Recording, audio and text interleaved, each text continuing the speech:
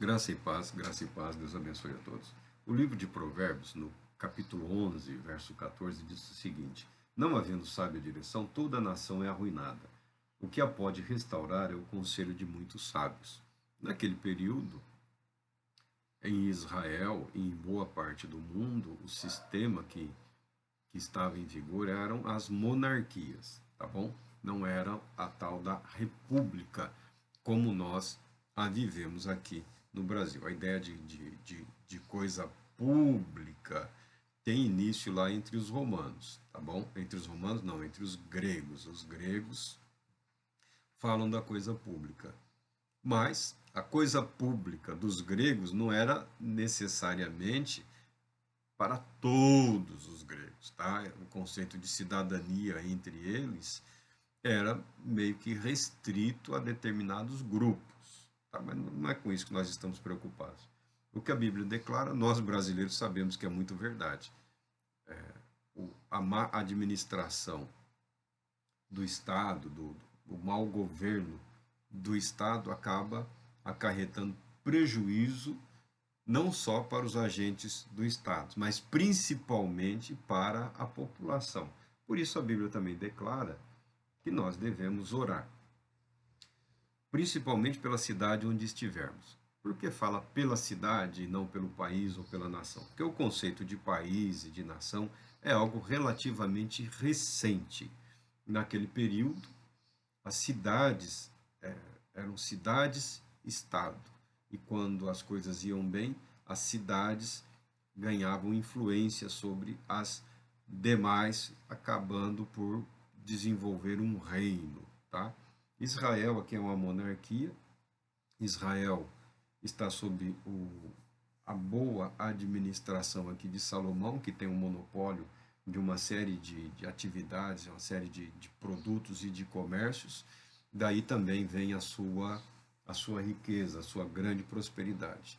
Infelizmente, ele prosperou muito em atividades que haviam sido vedadas para o povo de Israel, mas ele insistiu e deu no que deu. Mas a questão não é falar aqui dos problemas, né? O livro de Provérbios não está dizendo aqui que a nação pode ser e é arruinada quando não há uma sábia direção, quando não há um governo coerente, um governo comprometido com todos.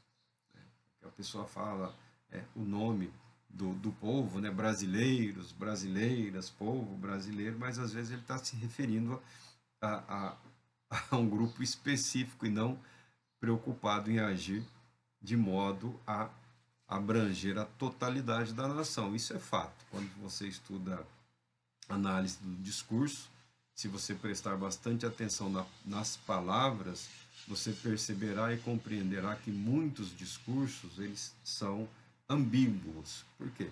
Permitem que cada ouvinte tenha a sua própria interpretação. Todo mundo se sente envolvido naquele discurso. Nós, o povo brasileiro, emociona todos, não emociona todos, mas às vezes não diz respeito necessariamente a todo o povo brasileiro. É só para atrair a atenção, o carinho e a expectativa em relação a determinadas propostas. Mas a questão fundamental do texto não é falar da ruína, é falar que é possível sim restaurar. E é obviamente o livro de Provérbios, um livro de sabedoria, ele vai aconselhar o quê? A restauração é através do conselho de muitos sábios, né, dos ministros, dos secretários, dos auxiliares, das pessoas que disponibilizam tempo da sua própria vida, disponibilizam o seu conhecimento, a sua expertise, a sua sabedoria, com o propósito de beneficiar o maior número de pessoas possível. Você pode até imaginar que num país como o nosso essas pessoas não existam. Não pense assim, existem sim, e não são poucas. Infelizmente, na arte da política, a pessoa bem intencionada, via de regra, ela será manipulada. Mas a sabedoria requer que você compreenda que de fato está sendo manipulado, seu conhecimento está sendo utilizado, mas a pessoa continuará trabalhando com o propósito de criar condições e espaço para que a verdade prevaleça. É possível mudar? É possível mudar, é possível transformar um país em parte arruinado numa nação próspera e saudável. Não um mundo de faz de contas, não uma terra de fantasias, mas a realidade na qual nós vivemos, ela pode ser mudada, sim, senhor. A sociedade pode ser transformada para melhor? É claro que ela pode. Isso envolve o quê? Trabalho, trabalho, trabalho. E mais o quê? Trabalho, trabalho e trabalho. Trabalho, via de regra, é o meio através do qual o Deus Todo-Poderoso envia a prosperidade. É trabalhando, é ensinando, é formando, é moldando, é acreditando, é edificando, é construindo. Não é desistindo. Não é desistindo que nós veremos uma nação melhor ou mais intensamente abençoada pelo Todo-Poderoso Deus, porque as bênçãos de Deus estão aí disponíveis a todos. Disso também fala o escritor de Provérbios, tá? Sempre que eu pego esses textos, sempre que eu leio, eu penso na mente daquele que propôs, né? Salomão. Você vai, como alguém pode ser tão apto, tão capaz, né? Esse poder de síntese, essa visão tão assim inteligente, tão sagaz e ao mesmo tempo fazer tudo que ele fez em afronta a Deus, porque ele é um ser humano, tá bom? O que ele recebeu de Deus não o isenta, não o livra da sua própria natureza. As bênçãos de Deus estão aí. A nossa luta é para que essas verdades façam parte das nossas vidas.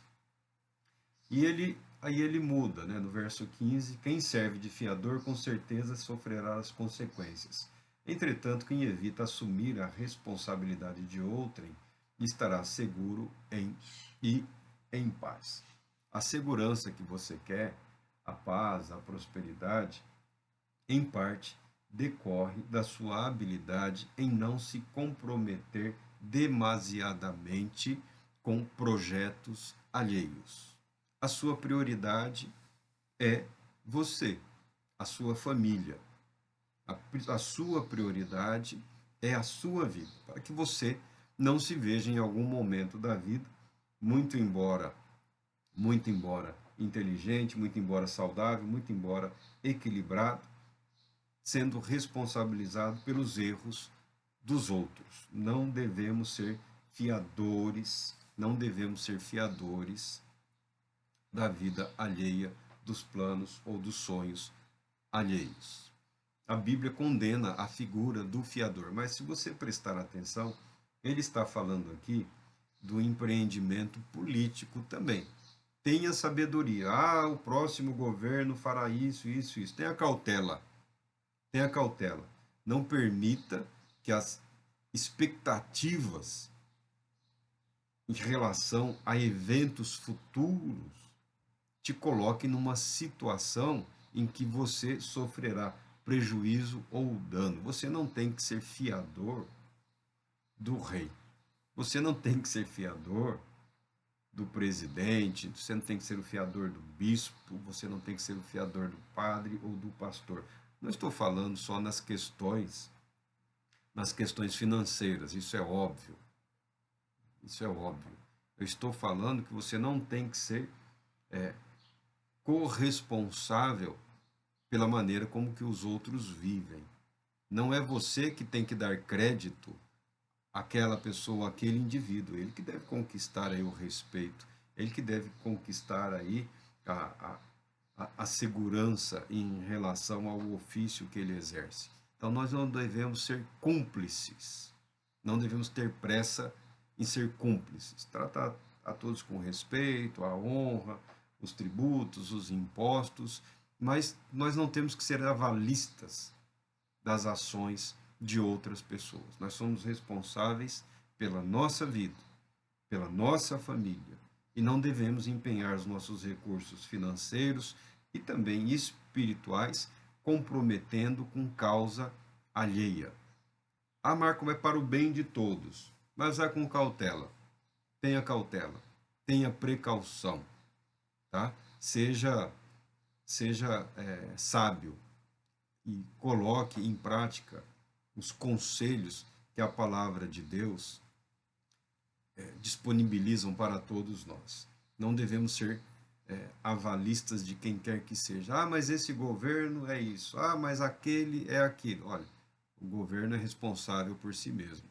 Os presidentes, os governadores, os prefeitos, cada qual deles é responsável pelos seus próprios atos, pelas suas próprias decisões. Não vou eu me prejudicar socialmente, financeiramente, espiritualmente, tentando manter aí, tentando sustentar uma estrutura que se corrói. O princípio contido no livro de Provérbios é esse.